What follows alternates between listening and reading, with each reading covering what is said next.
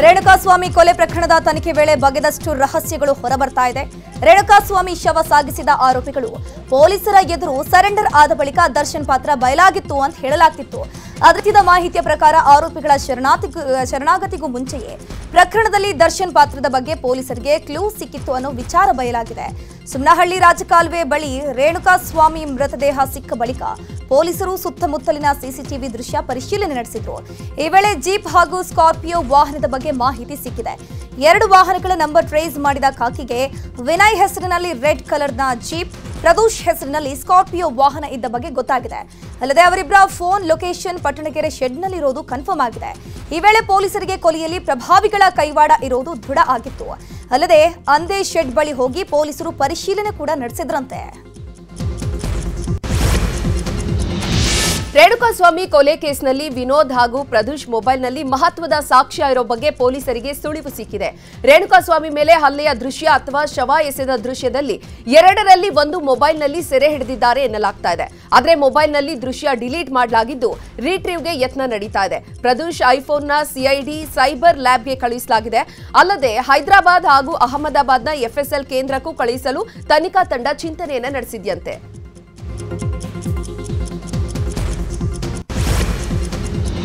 ರೇಣುಕಾಸ್ವಾಮಿ ಕೊಲೆ ಪ್ರಕರಣದಲ್ಲಿ ಜೈಲು ಸೇರಿರುವ ನಟ ದರ್ಶನ್ರನ್ನ ಭೇಟಿಯಾಗಲು ಪ್ರತಿದಿನ ಯಾರಾದ್ರೊಬ್ರು ಪರಪ್ಪನ ಅಗ್ರಹಾರ ಜೈಲಿನತ್ತ ಹೋಗ್ತಾನೆ ಇದ್ದಾರೆ.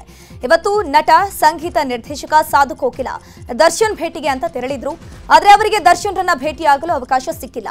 ಸಾಧು ಕೋಕಿಲ ಭೇಟಿಗೆ ದರ್ಶನ್ ನಿರಾಕರಿಸಿದ್ರಿಂದ ಗುರುವಾರ ಕುಟುಂಬದವರ ಜೊತೆ ಭೇಟಿಗೆ ಬರುವಂತೆ ಹೇಳಿದ್ದಾರಂತೆ. ಹೀಗಾಗಿ ಬಂದ ದಾರಿಗೆ ಸುಂಕವಿಲ್ಲ ಅಂತ ಸಾಧು ಕೋಕಿಲ ವಾಪಸ್ ಆಗಿದ್ದಾರೆ.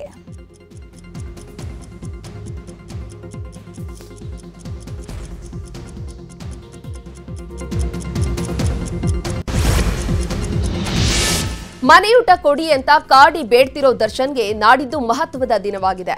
ಮನೆಯೂಟಕ್ಕೆ ಸಂಬಂಧಿಸಿದಂತೆ ಈಗಾಗಲೇ ಅರ್ಜಿ ವಿಚಾರಣೆಯನ್ನು ನಡೆಸಿರುವಂತಹ ಮ್ಯಾಜಿಸ್ಟ್ರೇಟ್ ಕೋರ್ಟ್ ಜುಲೈ 25ಕ್ಕೆ ಆದೇಶವನ್ನ ಕಾಯ್ದಿರಿಸಿದೆ. ಹೀಗಾಗಿ ನಾಡಿದ್ದು ಮನೆಯೂಟಕ್ಕೆ ಅವಕಾಶ ಸಿಗುತ್ತಾ ಇಲ್ಲ ಮತ್ತೆ ಜೈಲೂಟವೇ ಗತಿಯಾಗುತ್ತಾ ಅನ್ನೋದು ಗೊತ್ತಾಗಲಿದೆ. ಜೈಲಿನಲ್ಲಿ ನಟ ದರ್ಶನ್ ಭೇಟಿಯಾಗಿದ್ದ ನಿರ್ದೇಶಕ ತರುಣ್ ಸುಧೀರ್ ಮದುವೆಯ ಆಮಂತ್ರಣ ಪತ್ರಿಕೆ ನೀಡಿ ಆಹ್ವಾನವನ್ನ ಕೊಟ್ಟಿದ್ರು. ಅಲ್ಲದೆ ದಿನಾಂಕ ಮುಂದೆ ಹಾಕುವ ಬಗ್ಗೆಯೂ ಚರ್ಚೆಯನ್ನ ಮಾಡಿದ್ರಂತೆ. ಆದರೆ ದರ್ಶನ್ ಯಾವುದೇ ಕಾರಣಕ್ಕೂ ಮದುವೆಯನ್ನ ಮುಂದೂಡಬಾರದು ಅಂತ ಹೇಳಿದ್ರಂತೆ. ಬಳಿಕ ಮಾತನಾಡಿದ ತರುಣ್ ಸುಧೀರ್ ದರ್ಶನ್ ಮದುವೆಗೆ ಬರ್ತಾರೆ ಅಂತ ಹೊರಗಡೆ ಹೇಳ್ಕೊಂಡಿದ್ರು. ಆಗಸ್ಟ್ 10 ಮತ್ತು 11ರಂದು ತರುಣ್ ಮದುವೆಯ ದಿನಾಂಕ ಫಿಕ್ಸ್ ಆಗಿದ್ದು ದರ್ಶನ್ ಬರೋದು ಅಸಾಧ್ಯ ಅಂತ ಹೇಳಲಾಗ್ತಿದೆ. ಚಾರ್ಜ್ ಶೀಟ್ ಸಲ್ಲಿಕೆಯಾಗದ ಹೊರತು ನಟ ದರ್ಶನ್ ಜಾಮೀನಿಗೆ ಅರ್ಜಿಯನ್ನು ಸಲ್ಲಿಸಲ್ಲ. ಆಗಸ್ಟ್ ಅಂತ್ಯಕ್ಕೆ ಪೊಲೀಸರು ಚಾರ್ಜ್ ಶೀಟ್ ಸಲ್ಲಿಕೆ ಮಾಡುವಂತಹ ಸಾಧ್ಯತೆ ಇದೆ. ಹೀಗಾಗಿ ಅಲ್ಲಿಯವರೆಗೆ ಬೇಲ್ ಸಿಗೋದಿಲ್ಲ. ವಿಚಾರಣಾಧೀನ ಕೈದಿಯಾದ ಕಾರಣ ಪೆರೋಲ್ ಕೂಡ ಸಿಗೋದಿಲ್ಲ.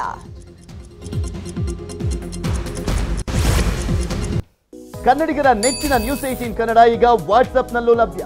ಕರ್ನಾಟಕ ದೇಶ ವಿದೇಶಗಳ 360 ಡಿಗ್ರಿ ಸುದ್ದಿಯ ವಿವರಗಳನ್ನ ನಿಮ್ಮ ಕೈ ಬೆರಳುಗಳಲ್ಲೇ ಪಡಿಲಿಕ್ಕೆ ಈ QR ಕೋಡ್ ಅನ್ನ ಸ್ಕ್ಯಾನ್ ಮಾಡಿ ನಮ್ಮ ಚಾನಲ್ ಫಾಲೋ ಮಾಡಿ, ನೋಟಿಫಿಕೇಶನ್ ಆನ್ ಮಾಡಿ.